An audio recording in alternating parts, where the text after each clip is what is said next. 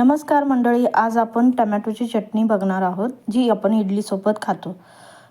चला तर मग पटकन बनते आणि पटकन होऊन आपण तयारी करूया त्याची।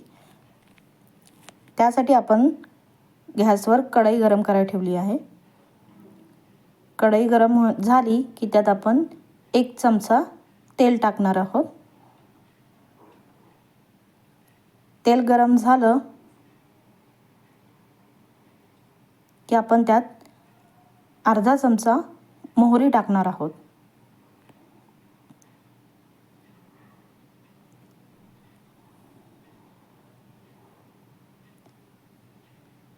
मोहरी चांगली तडतडून द्यायची।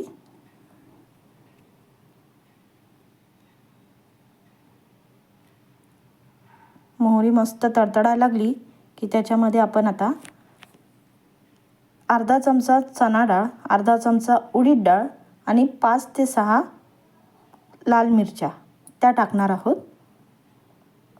मोहरी चांगली तडतडते आपली।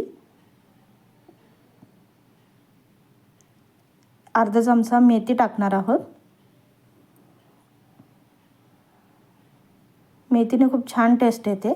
अर्धा चमचा चणा डाळ, अर्धा चमचा उडीद डाळ आणि 5 ते 6 लाल मिरच्या तिखटासाठी टाकत आहोत।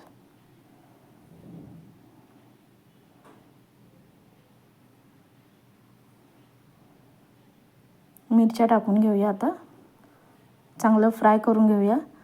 ही चटणी मी 4 माणसासाठी करत आहे, त्यासाठी मी 2 कांदे कापून घेतले आहेत। हिंग टाकत आहोत आपण। चांगलं परतून घेऊ। कांदे टाकूया आपण। 2 कांदे मी उभे चिरले आहेत, कारण मला हे नंतर मिक्सरला वाटायचं आहे, त्यामुळे मी उबडधोबड कापलेले आहेत। चांगले परतून घेऊया आता ते।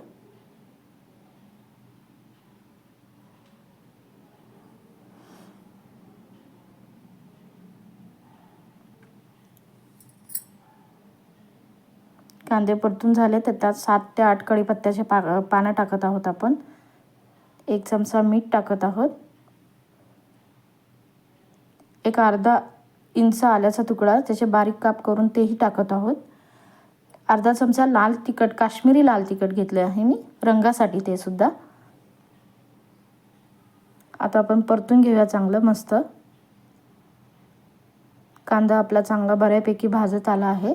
कांदा भाजला की आपण टोमॅटो जे मी मोठे मोठे काप केलेले आहेत ते मी टाकणार आहे।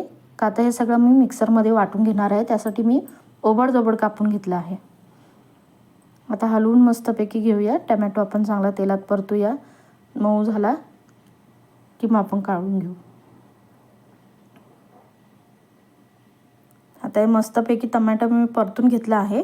आता त्याच्यात मी अर्धा इंच चिंचेचं बुडूक टाकत आहे। चिंच टाकत आहे अर्धा इंच। आता हे चांगलं परतून घेतलं आहे, तर मी काढून घेते। मिश्रण काढून आपण आता हे थंड करायला ठेवूया। थंड करून झालं की हे आपण मिक्सरमधून बारीक वाटून घेऊया।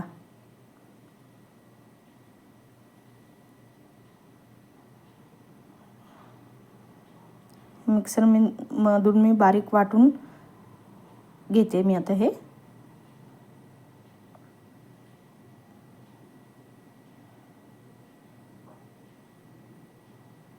वाटून घेतलं आहे मी मिक्सरमधून। आता आपण ह्याला परत एकदा फोडणी द्यायची आहे। फोडणीसाठी मी कढईत त्याच कढईत मी तेल गरम करायला ठेवलं आहे। तेल गरम झालं की अर्धा चमचा मोहरी टाकू आपण। मोहरी चांगली गरम होऊन तडतडू देऊया। मोहरी आता गरम होत आहे, फुटत आहे मस्तपैकी।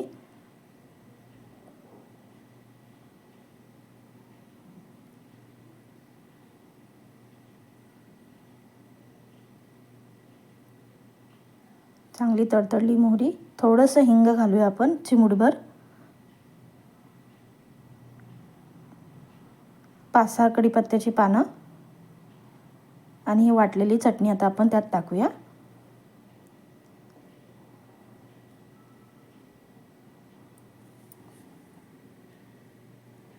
छान आता ही चटणी आपण परतून घेऊया। वाटण टाकून आपल्याला जेवढं लागेल तेवढं पातळ हवं असेल तर पातळ, घट्ट हवं असेल तर घट्ट, त्या प्रमाणात आपण पाणी टाकून चटणी एकजीव करून घेऊया. मला थोडी जाडसरच आवडते म्हणून मी थोडीशी घट्टसर ठेवली आहे. चला तर मग इडलीची सोबत चटणी खायला तयार आहे. ही चटणी आता आपण एका वाटीमध्ये काढून घेऊया.